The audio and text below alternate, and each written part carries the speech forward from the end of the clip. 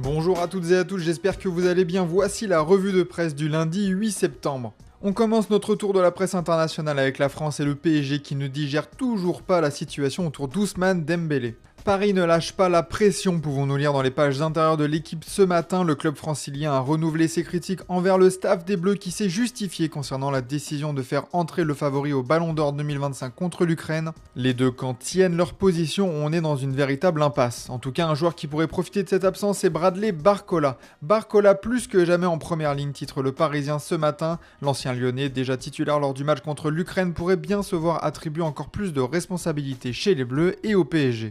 En tout cas, du côté du progrès, on se mouille concernant un temps de jeu conséquent pour Marnès Akliouche contre l'Islande mardi soir. La secousse Akliouche titre le quotidien régional. Le milieu de terrain monégasque possède en effet le profil virevoltant, dribbleur et déstabilisateur de défense dont a besoin l'équipe de France. Alors peut-être pourrons-nous le voir avec les absences conjuguées de Désiré Doué et d'Ousmane Dembélé. Concernant l'équipe de France, il n'y a pas que des mauvaises nouvelles, au contraire. Ce matin, l'équipe fait le point sur le cas de 3 doublettes en bleu, à commencer par la paire du milieu de terrain Tchouaméni-Koné qui a impressionné contre l'Ukraine. L'arme déjà fatale, titre le quotidien français. En effet, ce secteur de jeu a été particulièrement difficile à reconstruire après la fin de l'ère Pogba-Kanté, mais Didier Deschamps semble avoir trouvé une paire travailleuse, bien que capable de coups de génie comme on a pu le voir avec la passe décisive du Madrilène pour Mbappé lors du second but des Bleus vendredi. Autre paire qui donne satisfaction, celle composée de Mike Maignan et Lucas Chevalier dont la cohabitation se passe bien malgré le nouveau statut de ce dernier depuis son transfert au PSG. Chez les gardiens, c'est clair, la hiérarchie n'est pas remise en question du tout. Le portier milanais effectue de très bonnes sorties avec les Bleus et tout comme la relation entre Hugo Lloris et Steve Mandanda à l'époque, la bonne entente règne entre les deux gardiens de haut niveau capables de prétendre au poste de numéro 1. Enfin pour le duo de frères Hernandez, beaucoup moins de certitude dans le jeu mais un statut toujours présent pour des joueurs dont l'obsession est l'Amérique. La Coupe du Monde 2026 est dans leur viseur et les deux frères ont vécu un été mouvementé entre rumeurs de transfert pour finalement rester au PSG pour Lucas et le départ en Arabie Saoudite pour Théo. Autrefois titulaire indiscutable en équipe de France, les deux joueurs doivent désormais se battre pour leur place malgré un vivier peu profond au poste de latéral ou de central gauche. Dans l'actualité française, le Parisien revient sur le départ confirmé de Presnel Kimpembe vers le Qatar, le départ d'une légende, titre quotidien francilien. Présent au club depuis ses 8 ans, le défenseur central est le Titi ayant eu le plus de succès au PSG et part après avoir remporté 27 titres mais aussi beaucoup de blessures ces dernières saisons.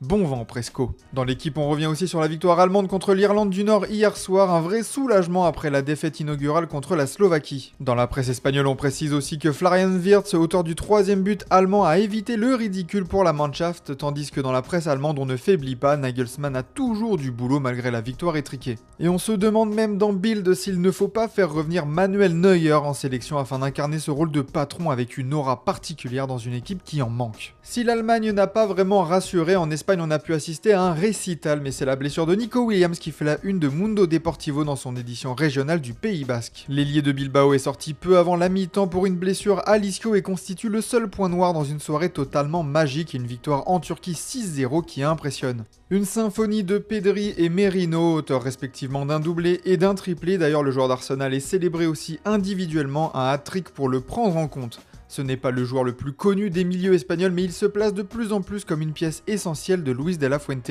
Alors avec cette victoire impressionnante, l'Espagne fait peur à tout le monde pour Marca et se place véritablement comme la nation favorite pour la Coupe du Monde 2026. Le groupe est profond, le talent est certain à tous les postes avec un mélange d'expérience et de jeunesse. Lamine Yamal encore une fois en chef d'orchestre, auteur de 2 passes décisives hier soir. L'Espagne a tout pour dominer et de quoi s'enflammer. Quelle équipe est la meilleure, demande Marca, celle de 2010 ou l'actuelle? C'est la question posée, la comparaison est osée avec la sélection la plus dominante de l'histoire. À Madrid, à l'approche du retour de la Liga, on est en recherche de la séquence victorieuse qui lui résiste pour le Real. En effet, depuis la saison 2021-2022, les merengues n'ont pas gagné 10 rencontres de suite, toutes compétitions confondues, et après leur début de championnat parfait, pourquoi pas y arriver pour la bande à Xabi Alonso. Il pourrait pour ça compter sur un Mbappé motivé, les merengues sont aussi en quête de la défense parfaite, avec 2 pistes claires pour le futur, Ibrahima Konaté et Johan Martinez. Après avoir dépensé 114 millions d'euros sur le marché des transferts pour améliorer son effectif cet été, le Real veut faire des économies et récupérer le français libre ainsi qu'intégrer le second, formé au club et jouant pour la Castilla actuellement. Une défense qui voit d'ailleurs David Alaba insister pour continuer au sein du Real alors qu'il était poussé vers la sortie cet été. En marge du match de l'Autriche samedi dernier, le défenseur a confirmé qu'il se sentait bien prêt à lutter pour sa place dans l'équipe merengue. Autre dossier chaud du Real, la prolongation de contrat de Vinicius Junior est toujours au point mort. Le bras de fer continue comme le souligne Sport. Les deux parties restent pour le moment sur leur position et le clan du Brésilien, conscient de la marge de manœuvre financière étriquée pour le club de Madrid, est prêt à jouer de patience pour redorer le statut du joueur, mais aussi en profiter pour mettre la pression sur le club madrilène avec un possible départ libre à l'été 2027. Le joueur de son côté veut toujours être le joueur le mieux payé de l'effectif et nul doute que les prétendants venus du Golfe en profiteront. On passe en Italie où on se prépare avec angoisse au match contre Israël ce soir à 20h45. Ce match vaut tout pour le Corriere dello Sport, c'est une Italie qui veut de nouveau se lier avec ses fans comme l'ajoute le quotidien italien dans ses pages intérieures. Après la gifle infligée à l'Estonie, il faut confirmer et pour cela Gattuso pourra compter sur deux duos. Tout d'abord celui composé de Sandro Tonali et Nicolo Barella au milieu de terrain, le centre de gravité de l'équipe comme l'indique la Gazzetta dello Sport. Le milieu de Newcastle ajoute aussi qu'ils seront 11 Gattuso sur le terrain, faisant référence à l'envie et la hargne légendaire de l'ancien joueur du Milan AC, désormais sélectionneur de la Squadra Azzurra. Et ensuite, si on a beaucoup parlé du duo Keane-Retegui en attaque, le quotidien aux pages roses se concentre aussi sur la paire de défenseurs centraux Calafiori-Bastoni. Une charnière qui mène une révolution de modernité et d'impulsion comparée aux duos les plus iconiques de la Squadra Azzurra en défense centrale, rien que ça. Baresi, Costa Curta, Cannavaro, Nesta, l'Italie aurait-elle trouvé sa nouvelle solidité défensive? Un petit mot de la Serie A avec le retour d'une légende qui se précise puisque Lorenzo Insigne pourrait atterrir à la Lazio en janvier et retrouver son ancien coach au Napoli, Maurizio Sarri. On entre dans le vif du sujet pour le Corriere dello Sport. Actuellement en MLS, le joueur pourrait bien faire un retour tonitruant pour finir sa carrière.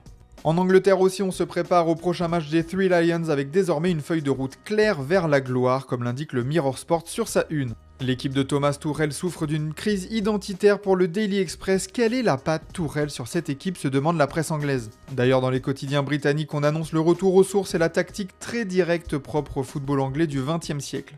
Des longs ballons devant, l'importance des coups de pied arrêtés, des longues touches, élevons le niveau, ajoute le Daily Star qui évoque aussi avec humour le manuel d'instruction de Tony Pulis, légendaire coach de Stoke City, équipe largement identifiée avec ce genre de jeu de l'ancienne école. Dans cette équipe, deux joueurs jouent gros, Marcus Rashford et Eberechi Eze. Le premier a été critiqué après son match à Andorre, Thomas Tuchel n'hésitant même pas à affirmer qu'il manque à l'ailier une grande performance en équipe nationale. Une waouh performance ou jamais, comme l'indique le Manchester Evening News. Pour Eze, personne n'a dit que ce serait facile, ajoute le Mirror Sport jouant avec le nom du nouveau joueur d'Arsenal. L'ailier de 27 ans doit digérer son été compliqué et son transfert dans son club de cœur pour s'imposer à un poste où sa concurrence n'est autre que Marcus Rashford. À Manchester City, on s'interroge aussi sur la dépendance trop forte des Citizens envers Erling Haaland. Le Manchester Evening News souligne que 3 des 5 buts en championnat ont été inscrits par le Norvégien. Il faut donc selon le quotidien que des joueurs comme Savigno ou Doku puissent élever leur niveau de jeu pour éviter de tomber dans un jeu trop dépendant de la forme de l'ancien de Dortmund.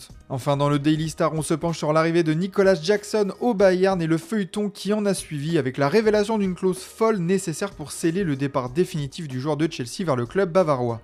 En effet, pour que le prêt se transforme en transfert définitif, il faut que l'attaquant soit titularisé au moins 40 fois cette saison pour automatiquement débloquer son transfert, un chiffre très élevé du fait de la concurrence à son poste qui n'est autre qu'Harry Kane. Hors de question pour le joueur de revenir à Londres, il faudra donc compter sur sa détermination pour se faire sa place et forcer le destin. On termine cette revue de presse au Portugal où on se projette sur le prochain capitaine du Sporting qui ne serait autre que Francisco Trincao, le capitaine du futur pour Abola. Acheté définitivement par le club lisboète cet été seulement, l'ailier serait le favori pour reprendre le rôle de Morten Hjulmand destiné à partir du club l'été prochain.